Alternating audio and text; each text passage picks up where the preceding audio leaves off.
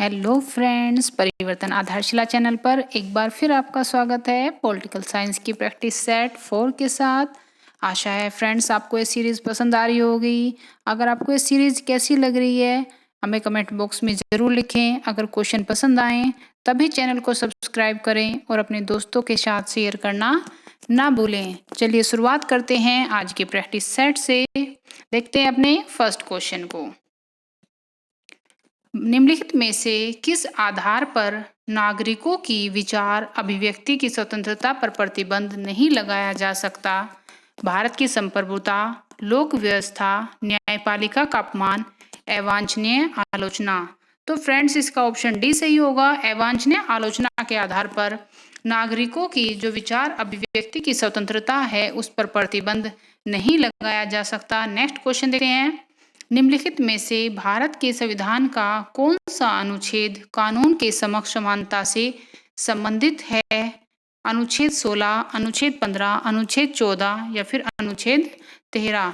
तो फ्रेंड्स इसका आंसर होगा ऑप्शन नंबर जो सी है, अनुच्छेद 14 वो कानून के समक्ष समानता से संबंधित है। अनुच्छेद 14 में क्या बात कही गई है? विधि के समक्ष समानता। तो विधि को ही हम कानून कहते हैं, तो विधि के समक्ष समानता या कानून के समक्ष समानता एक ही बात है फ्रेंड्स।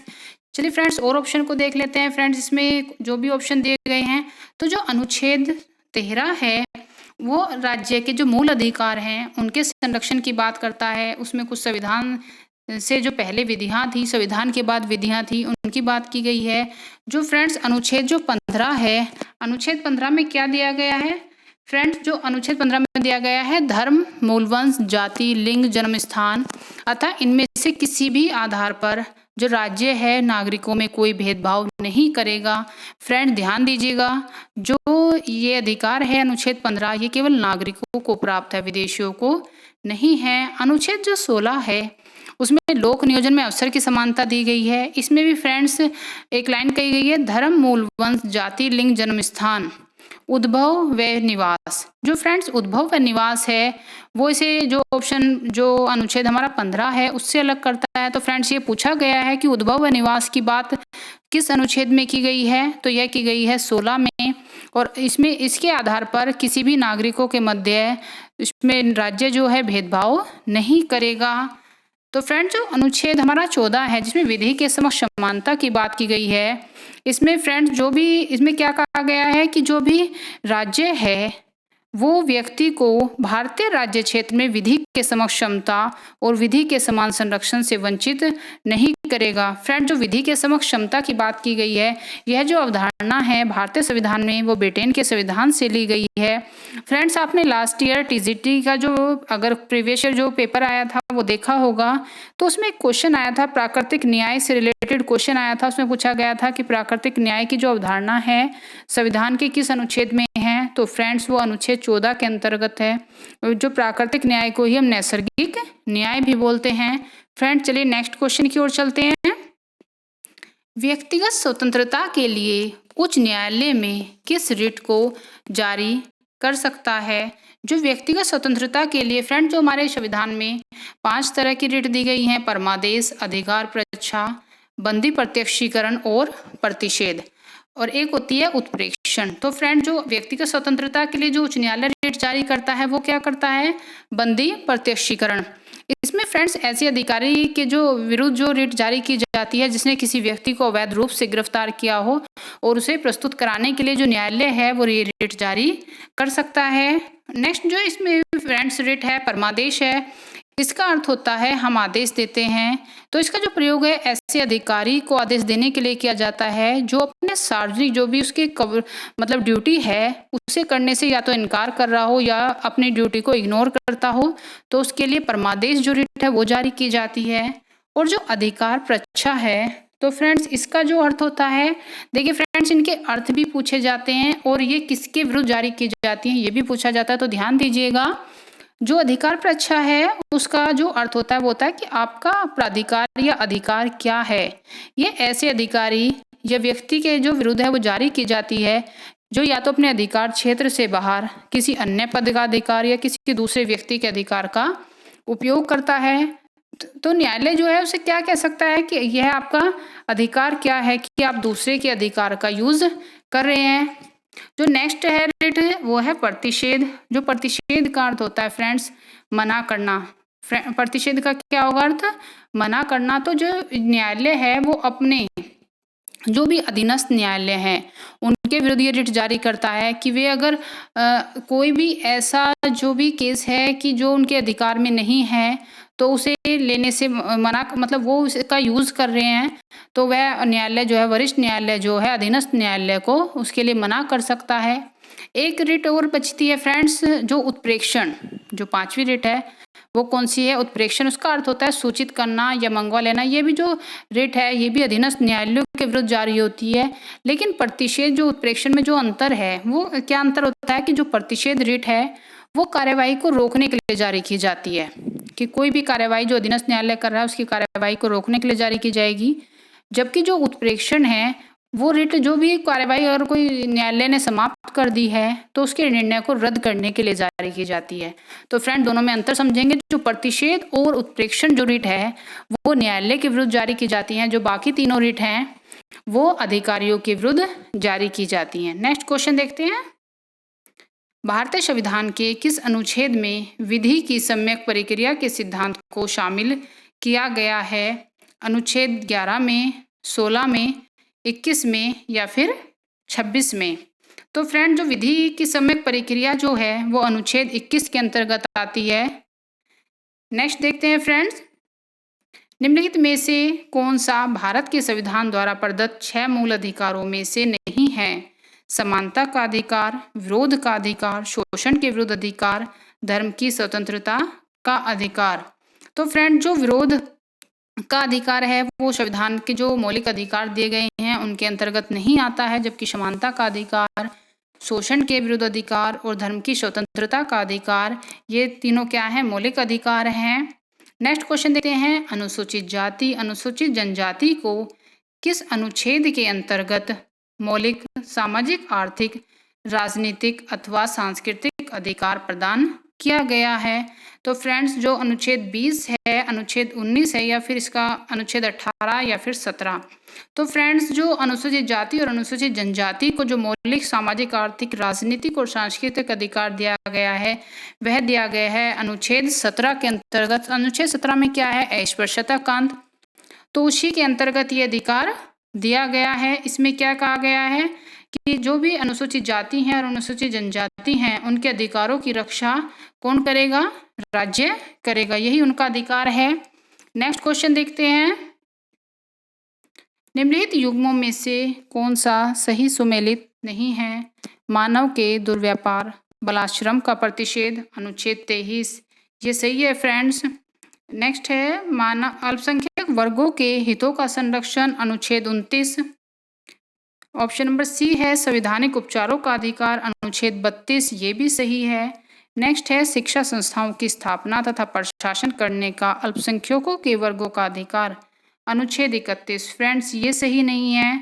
जो शिक्षा संस्थाओं की स्थापना और प्रशासन करने का अल्पसंख्यक के वर्गों का अधिकार है वो आप मुझे कमेंट बॉक्स में बताएंगे कि वो किस अनुच्छेद के अंतर्गत आता है और अनुच्छेद 31 में हमारा क्या आता था, उसके बारे में भी आप पूरी जो जानकारी है वो कमेंट बॉक्स में जरूर लिखेंगे।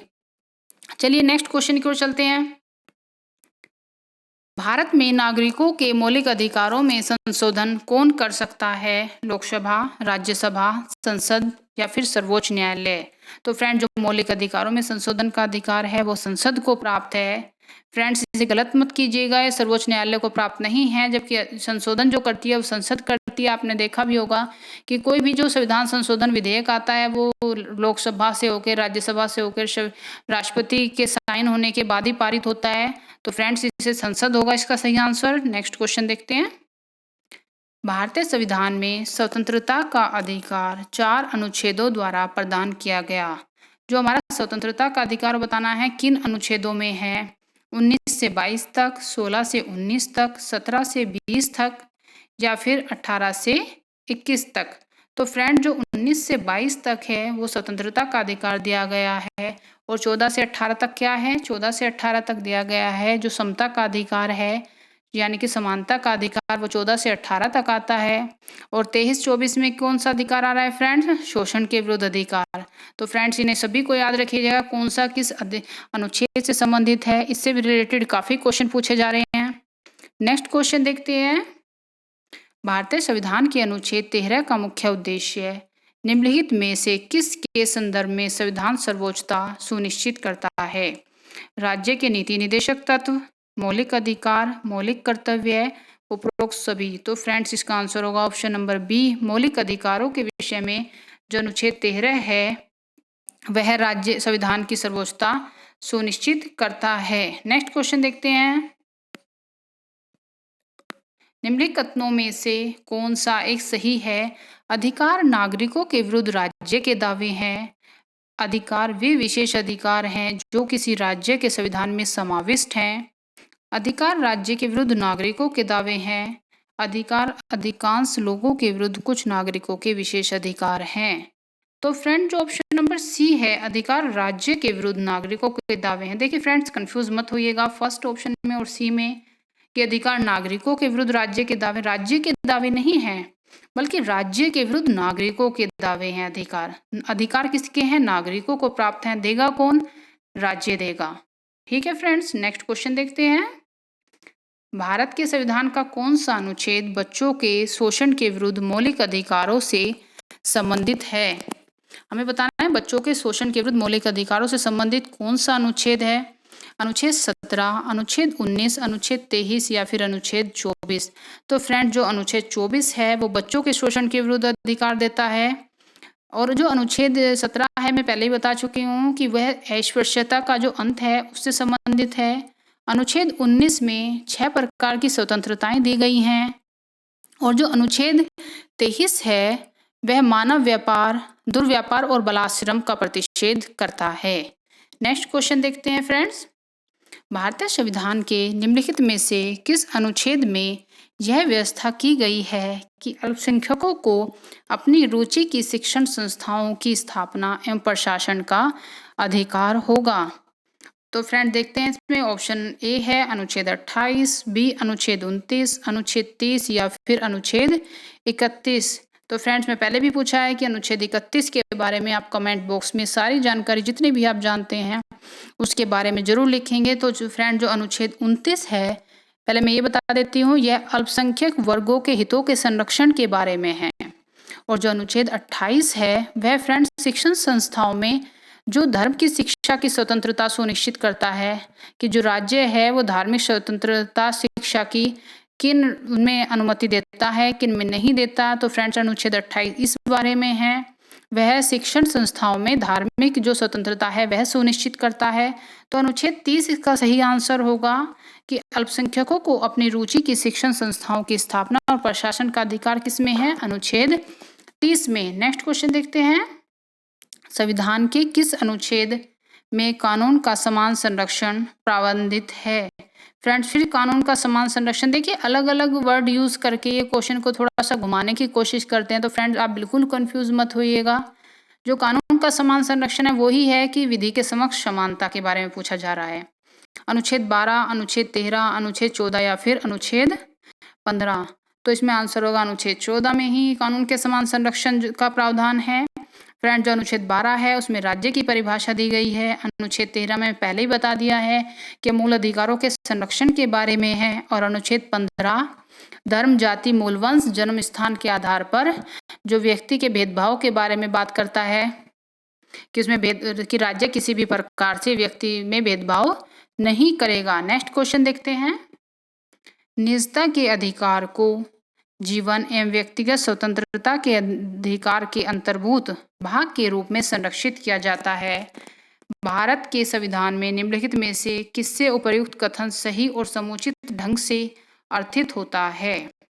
इसमें ऑप्शन है फ्रेंड्स अनुच्छेद 14 एवं संविधान के 42वें संशोधन के अधीन उपबंध, अनुच्छेद 17 भाग 4 में दिए गए राज्य के नीति निदेशक तत्व, अनुच्छेद 17 एवं भाग 3 में गारंटी की गई स्वतंत्रताएं, अनुच्छेद 24 एवं संविधान की 44वें संशोधन के अधीन उपबंध। तो फ्रेंड्स इसका ऑप्शन सी सही होगा। अनुच्छेद 21 और भाग 3 में जो गारंटी की गई स्वतंत्रताएं हैं उनमें जो राइट टू प्राइवेसी है, यही फ्रेंड्स ये थोड़ा सा वर्ड कंफ्यूज कर देते हैं, क्योंकि हम हिंदी में निजता के अधिकार को क्या कहते हैं, राइट टू प्राइवेसी। तो ये कहाँ है, अनुच्छेद 21 एवं भाग 3 में जो गारंटी की गई स्वतंत्रताएं हैं उसके अंतर्गत अर्थित होता है। नेक्स्ट क्वेश्चन देखते हैं। भारत के संविधान का कौन सा अनुच्छेद अपने पसंद के व्यक्ति से विवाह करने के किस व्यक्ति के अधिकार को संरक्षण देता है? अनुच्छेद 19, अनुच्छेद 21, अनुच्छेद 25 या फिर अनुच्छेद 29? तो फ्रेंड्स देखो इस क्वेश्चन को फिर वही बार रिपीट हो रहा है, उसमें राइट टू प्राइवेसी था, इसमें अपनी पसंद से विवाह करने के अधिकार को बात की गई है, यह भी अनुच्छेद 21 के अंतर्गत ही आता है। फ्रेंड्स अनुच्छेद 19 में मैं आपको बता चुकी हूँ। अनुच्छेद 19 में क्या है, अनुच्छेद 19 में 6 प्रकार की जो स्वतंत्रताएं हैं उनकी बात की गई है। नेक्स्ट देखते हैं, निम्नलिखित में से कौन सा सही सुमेलित नहीं है? बंदी प्रत्यक्षीकरण, to have the body of, ये सही सुमेलित है। परमादेश, वी कमांड, हम आदेश देते हैं, ये सही है। प्रतिषेध, टू बी सर्टिफाइड, फ्रेंड्स ये सही नहीं है। अधिकार परीक्षा, बाय व्हाट अथॉरिटी, ये भी फ्रेंड्स सही सुमेलित है, तो इसका ऑप्शन सी सही होगा। नेक्स्ट देखते हैं, निम्नलिखित मूल अधिकारों के किस वर्ग में अस्पृश्यता के रूप में विभेदन के विरुद्ध संरक्षण समाविष्ट है? तो हमें अस्पृश्यता के विरुद्ध विभेदन किस उसके अधिकार के अंतर्गत आता है? शोषण के विरुद्ध अधिकार के अंतर्गत, स्वतंत्रता के अधिकार के अंतर्गत, संवैधानिक उपचार के अधिकार, समानता का अधिकार। तो फ्रेंड्स जो अनुच्छेद 17 है उसमें अस्पृश्यता का उन्मूलन दिया गया है। अब आप बताइए कि ये किस अधिकार के अंतर्गत आएगा? 14 से 18 तक हमारा कौन सा अधिकार है? समानता का अधिकार। तो फ्रेंड्स ये समानता के अधिकार के अंतर्गत आता है। नेक्स्ट देखते हैं, न्यायालय उपधारित कर सकता है कि अपराध घटित करने वाला कोई कृत्य अस्पृश्यता के आधार पर किया गया था यदि ऐसा अपराध अनुसूचित जाति के सदस्य के संबंध में किया गया है, अनुसूचित जनजाति के सदस्य के संबंध में किया गया है, किसी भी समुदाय के सदस्य के संबंध में किया गया, उपरोक्त में से कोई नहीं। तो फ्रेंड्स में ऑप्शन ए होगा, अनुसूचित जाति के सदस्य के रूप में संबंध में किया गया है। नेक्स्ट देखते हैं, भारत के राष्ट्रपति को निलंबन की शक्ति प्राप्त है। अनुच्छेद 20 में वर्णित मौलिक अधिकारों को, अनुच्छेद 21 में वर्णित मौलिक अधिकारों को, अनुच्छेद 21 के ए में वर्णित मौलिक अधिकार को, अनुच्छेद 19 में वर्णित मौलिक अधिकारों को। तो फ्रेंड जो अनुच्छेद 19 में 6 प्रकार की जो स्वतंत्रताएं दी गई हैं उन्हीं को राष्ट्रपति को निलंबन करने की शक्ति प्राप्त है। नेक्स्ट देखते हैं, समान कार्य के लिए समान वेतन भारत के संविधान सुनिश्चित किया गया। भारत के संविधान में कहाँ सुनिश्चित किया गया है समान कार्य के लिए समान वेतन की बात?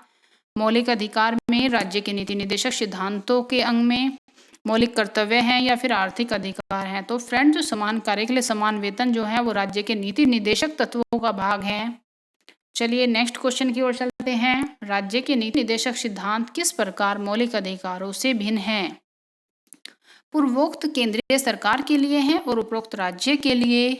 पूर्वोक्त संविधान का अंत नहीं है जबकि उपरोक्त है, संविधान का अंग नहीं है जबकि उपरोक्त है। निर्देश परिवर्तनीय है जबकि अधिकार प्रवर्तनीय, निर्देशक जो है परिवर्तनीय नहीं है जबकि अधिकार प्रवर्तनीय है, उपरोक्त में से कोई नहीं। तो फ्रेंड जो ऑप्शन सी है वही सही होगा, निर्देश प्रवर्तनीय है जबकि अधिकार प्रवर्तनीय निर्देश प्रवर्तनीय नहीं है जबकि अधिकार प्रवर्तनीय है। नेक्स्ट देखते हैं, यह धारणा कि भारत एक कल्याणकारी राज्य है सर्वाधिक दर्शित होता है संविधान की प्रस्तावना में मौलिक अधिकारों द्वारा, राज्य के नीति निर्देशक तत्वों द्वारा, मौलिक कर्तव्यों द्वारा। तो फ्रेंड जो राज्य के कल्याणकारी जो भारत एक कल्याणकारी राज्य है यह सर्वाधिक जो दर्शित होता है वो होता है राज्य के नीति निर्देशक तत्वों द्वारा। तो ऑप्शन सी इसका सही आंसर होगा। नेक्स्ट क्वेश्चन देखते हैं, निम्नलिखित में से किसमें अंतर्गत पंचायती राज प्रणाली की व्यवस्था की गई है? मौलिक अधिकार के अंतर्गत, मौलिक कर्तव्यों के अंतर्गत, राज्य के नीति निर्देशक सिद्धांत के अंतर्गत या फिर चुनाव आयोग अधिनियम के अंतर्गत। तो फ्रेंड्स पंचायत राज प्रणाली की जो अवधारणा है वो कहाँ है? राज्य के नीति निर्देशक सिद्धांत में। फ्रेंड्स अब आपको बताना है कि ये किस अनुच्छेद के अंतर्गत है, किस अनुच्छेद में नीति निर्देशक सिद्धांतों में दी गई है, ये आपको सर्च करके कमेंट बॉक्स में लिखना है। चलिए नेक्स्ट क्वेश्चन की ओर चलते हैं, राज्य के नीति निर्देशक सिद्धांतों के निम्नलिखित अनुच्छेदों में से कौन सा अंतर्राष्ट्रीय शांति एवं सुरक्षा के संवर्धन में संबंधित है? तो अंतर्राष्ट्रीय शांति एवं सुरक्षा के संवर्धन में क्या संबंधित है, हमें ये बताना है। अनुच्छेद 51 है, अनुच्छेद 48 का क्या है, अनुच्छेद 43 है या फिर अनुच्छेद 41 है। तो फ्रेंड जो अनुच्छेद 51 है वह अंतर्राष्ट्रीय शांति और सुरक्षा के बारे में है।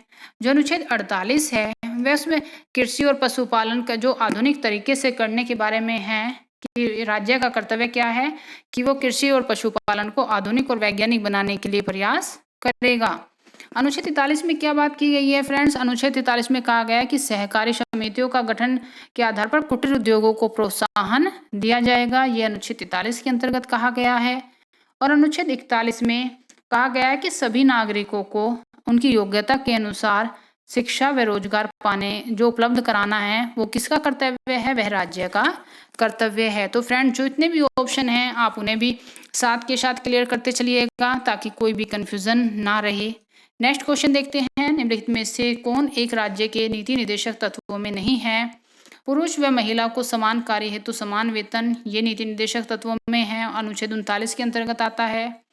जीविकोपार्जन हेतु पर्याप्त साधनों का समान अधिकार, ये भी है फ्रेंड्स। अस्पृश्यता का उन्मूलन, फ्रेंड्स आपको बता दिया है कि अस्पृश्यता का उन्मूलन मौलिक अधिकारों का भाग है, नीति निर्देशक तत्वों का नहीं। और किस मौलिक अधिकार के अंतर्गत आता है?